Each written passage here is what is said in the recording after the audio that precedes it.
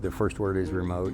We're 10 miles from town. Sometimes the road is nothing more than a goat trail. This week, Victoria and I left camp from Gunnison, Colorado, making the 2-hour drive through the Rocky Mountains to meet Todd, Amanda, and Orrin Harding just outside the small town of Paonia. And the more hay you can make, of course, and the less you have to buy. This year, that even makes a smaller margin. There'll be a tight year next year. The Hardings own and operate a 6th-generation homestead, living and working completely off-grid. Off-grid to me is in the middle of nowhere with homemade power. You haul your water. Off-grid means that you're roughing it. Going in, our plan was pretty simple. Meet the Hardings, spend some time on the ranch, and get a glimpse into their everyday lives. But the longer we stayed, the more we realized this wasn't just a story about ranching. I am a Harding by adoption. I was adopted when I was 11 years old. She rescued me, and without her, I know where I would be. I would not be here. I know that. The place I was at was dark, bad place. This is episode 1 of our On the Road documentary series, Good Company.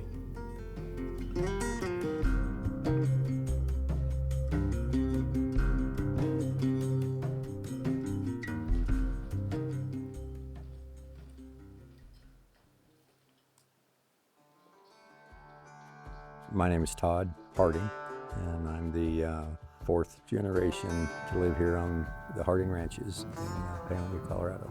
We are very remote, but I will say it's worth it after you get here. This place has been in our family, I think this year is 122 years. We're surrounded by national forests and BLM, and the remoteness is why we live here. It's quiet. We're definitely the end of the trail. We're a want to be here destination. Nobody just, I have friends that say, oh, I was in your neighborhood, so I stopped by. Well, nobody's in my neighborhood. Some weeks, especially in the wintertime, we go to church on Sunday and we may not go to town again until next Sunday. That's not bad, it's just how it is. A lot of people don't understand what being by yourself is. I can't see another house, I can't see another light. We generate our own power here, and that creates its own adventure sometimes. Home has a meaning, that everybody wants to be home, and this was always home. My name is Amanda Harding, and I am a 5th-generation cattle rancher and a horse trainer, a leather artist, and a mom. The Hardings homestead this place in 1904. So for 122 years, they have done cattle. Now we have mainly Angus, black cattle, and we do cow-calf. They're commercial beef. And so what that looks like is we calve in the spring, we run on a forest permit in the summer, we gather in the fall, the calves are old enough to wean, they go to sale barn, and then we start all over again when it's calving season. The goal of the ranch has always been cattle, livestock, the amount of hay you could put in a stack, and the amount of pounds you could put on a steer. Mostly it's fun living here. Mostly I enjoy living here. There's things about it that make it difficult. You are your own guy. We do our own trash and we used to do our own phone service and our own electrician and plumber and everything in between. But I like that. And other people rely on me, but we rely on each other. Where the rest of my family is weak, I hope I'm strong, and vice versa.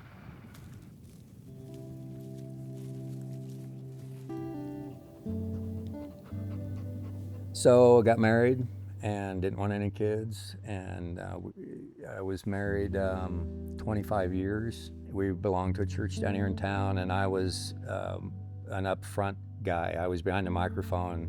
I know that's hard to believe, but I was behind a microphone in front of the audience. And there was a family there that did foster care, and it was not unusual for them to bring foster kids to church. That was kind of the norm.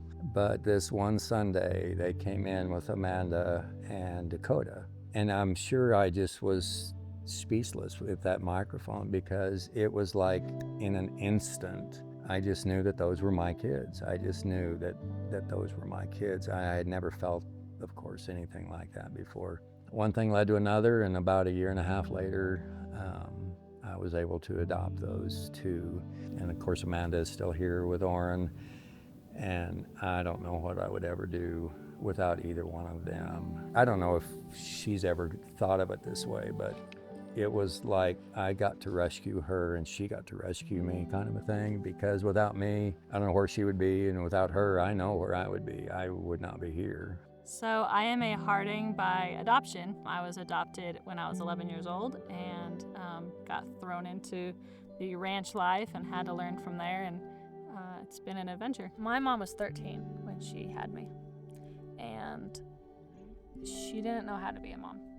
And so it was in and out of foster care from the age of 4 after my grandma stopped taking care of me. And so it's a lot of homes. I remember the very first time they brought us up here, and I was just blown away. It's so beautiful. Like, this is where you live. This is what you get to do. This is awesome. Being adopted, there's a lot of trauma from, my childhood. And so having somebody say they want to adopt you is really cool. And I was excited. And it was a ranch, and so that was cool. And horses, yeah, sign me up. But it was kind of hard to believe it was permanent, because nothing is permanent. He made me draw a picture, because I like art, and write, "This is my forever home." Because every time I messed up, well, that's it. You can send me on my way. So that was an adjustment. Learning how to just be respectful. That's not something I was taught. How to eat correctly, how to not interrupt people. It wasn't even really the ranch part. It was just being a person.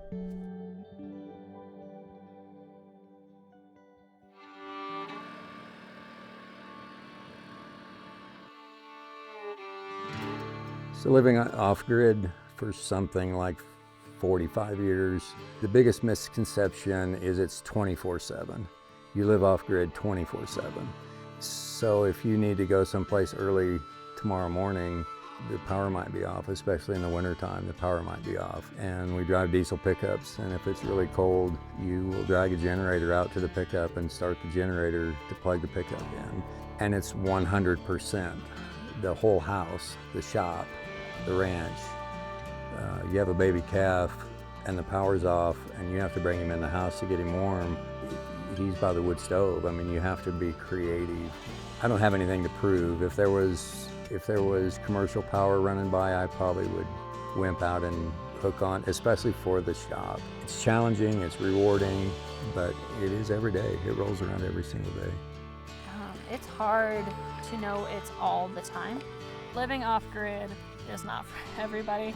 It is really hard to look nice on a place that you can't do laundry very often, and you can't take a shower every day, and you can't take a very long shower.